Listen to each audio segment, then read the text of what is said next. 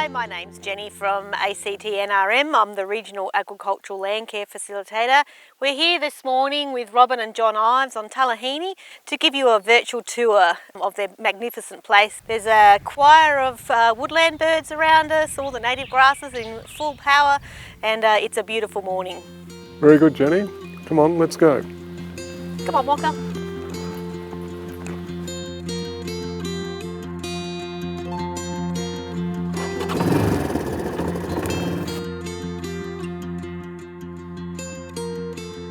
This is where we start over here, and this is a permanent photo point over here.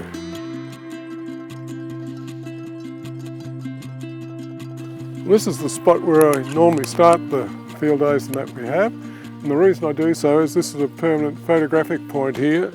And here's the photo of what it looked like back in December 1982. And compared with what it looks like now with all the trees, the established pastures, the contour banks, and that, it's just a remarkable turnaround. When we came here, there was a gully across the landscape there, about 1 metre deep there, and about 2 metres deep down there. And it was infected with serrated tussock, and in the middle of February, in the hottest month of the year, at the bottom of the gully there was water, and if you put your finger in and put it in your mouth, you said yuck, because it was as bad, if not worse, than seawater. Whereas now, while the water tables might be up at the moment, they're very, very ephemeral, and they go down and you can drink the water at any time. The first thing we attacked here really was the soil acidity, which was down to 3.6, which is about the lowest point that a soil can go. And with the pH so low and indicating so much acidity, it was very, very difficult to get any pasture growth on the area. And there was very little, if any, ground cover on it, and it was highly susceptible to sheet and gully erosion. And so we applied Canberra sewerage ash, which at that time was a freebie. And we lifted the pH up, and then we put in the contour and graded banks to control the water movement through the landscape. And when we did that, we then put in the piezometers, and then identified where the major recharge was, which is right from up on this hill on the right-hand side here. And we've followed with the piezometer network, at a weekly level, every day on Sunday, highly religious until recently. I changed religions and do it on Saturday. But we know exactly what the water tables are at any point, and not only do we know the level of them, but we also take the salinity level of them. And that now forms the longest records in Australia of weekly piezometer readings. I've been run by a one-liner, which is not my own making, of course. If you don't measure it, you can't manage it. And so many people have no idea what's going on in their system and that, but we do weekly piezometer readings, we do daily evaporation and temperature readings, so that we're keeping a tab on everything that's dynamic in the system. That's amazing and extremely interesting. Where to next? What's our next adventure? Well, we'll go over here, Jenny, to one of the piezometers we've got, and I'll show you just the historical record of the water levels there and what it is currently with the measuring equipment. Great. Right, this is the second spot I bring people to, Jenny, and this is one of the piezometers, of which there are a network over the place, where I keep track of the depth of the water table. Now, initially, as I said, it was very high and it was very saline. Well, we'll drop this in, which has got a whistle in it. Makes a noise when it's, oops, see already.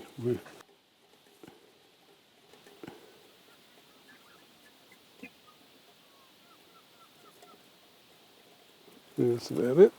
Well, look, that's, I'll put it there. See, it's above ground level. The water table's up to here, underneath. But that might sound bad, but the thing is, there's two big differences to what it was when it originally was put in. One is, it's very ephemeral. It goes up and down very quickly, as indicated here on this graph. Right, and at this level here, there's an old riverbed or something. It's got stones in it, and that, which once it fills up to that, it just flows out, and except in years like this when it can pip up like so. And what that was 24, 25 thing, well on Saturday, oh here we are, it was 19s. Wow. So it's actually going down now because we haven't had rain, and it will continue to go down. But the second point about it is it's not saline. You can drink that water and it tastes, just like tap water sort of thing, whereas 40 odd years ago it was so saline it tasted worse than seawater sort of thing. So totally different situation. Well, that's good, John. I thought you were just going to show me a 44-gallon drum and start picket. Yeah. I like the whistle though. That's a good. That works well, doesn't it? Yeah. Although they do rust out. Yeah. It's awesome. Yeah. Genius idea. Well, here we are in the base of one of the contour banks. Now, when these were established in about 1985, I think it was, in the period then, particularly through to 1989, there was this sludgy stuff forming in here at the time when we got water going down. And I decided to have it analysed, and it turned out to be a very arsenic-rich sludge produced by some bacteria, thiobacillus, and that. And my first thoughts were, well, if it won't kill me, it'll affect my hair growth, and consequently then I thought about how it might affect the sheep's wool growth. And the powers that be at the time suggest I fence the whole area out. Well, I didn't. I established these trees on the ridge line along here, and they've put down a root curtain which just dries the profile out, and we don't get that sludge coming down subsurfacely and ending up in the contour bank. Yeah, the bank starts up there and it runs right round for about 2.5 kilometres, I think it is, right round to the dam over there. And it's fed by other contour banks than that come in from over here and drop the water down. And it really slows the movement of the water through the system. But by the same token, by going into the soil, it actually interspersed the layer where this sludge material was coming down from the upper rising areas. I reckon it was about 5 years before we got an inkling that things were changing, and certainly by about 10 years it was pretty obvious. The other thing I'll say, the Soil Conservation Service did an economic analysis of what we'd done here in about 1990, something like that, and they established we were getting a return of 17% on our investment in this area, which, given the interest rates were pretty high in 1989, it was still pretty attractive. So you started rehydrating your landscape 20 odd years ago by the sounds of it, by putting these contour banks in. Yeah, it was over 20, it's coming up nearly 40 years on that. And if we hadn't have done this, well, this area just wouldn't be carrying these sheep at the moment, that's for sure. This area used to carry pushing to carry 1 DSE per hectare. We've had periods where it's been well over 20 and it's averaging about 17. Fantastic, John. That's great. So that's a pretty good return on just the change of management. Oh, absolutely. Yeah. Absolutely. Yeah. And what's more, it just continues to get better and better and better. Speaking of better and better, John, where to next? Oh, well, I think we'll head off back up the hill where the problems were all starting. Brilliant.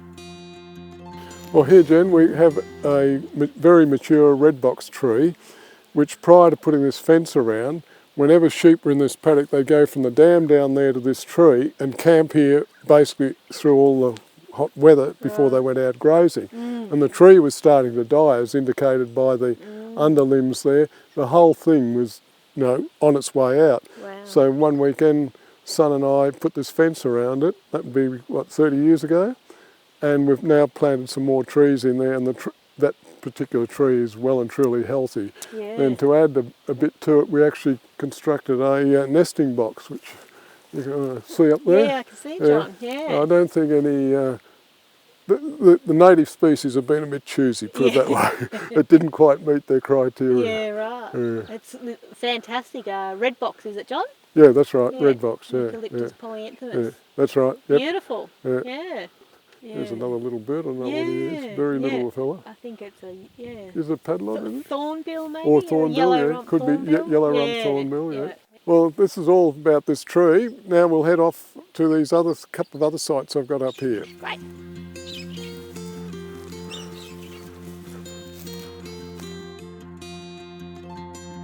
Yeah, I actually bring people here to this point because of the stark contrast between our place and the adjoining place, which suffered under the previous landowners. But in one rainfall event, there was something like 3 dams on the place were breached. There's a whole lot of gullies down here that have just been very, very active. And what's more, there was hardly any ground cover under the new Neighbours now that's coming back a bit. But it just was a stark contrast between our place and there. This dam down here has been breached so badly that it doesn't hold any water at all. And all that material's been taken down and dumped in Dix Creek, which then leads to it being flooded for long periods of times because the water can't get away. Well, we've made it to the top of the hill, John. What else have you got in store for us? Oh, we'll head back down the other side there now. There's a couple of spots there I was going to mention and talk about while we go. Sounds good. Downhill's always better than uphill. Yeah.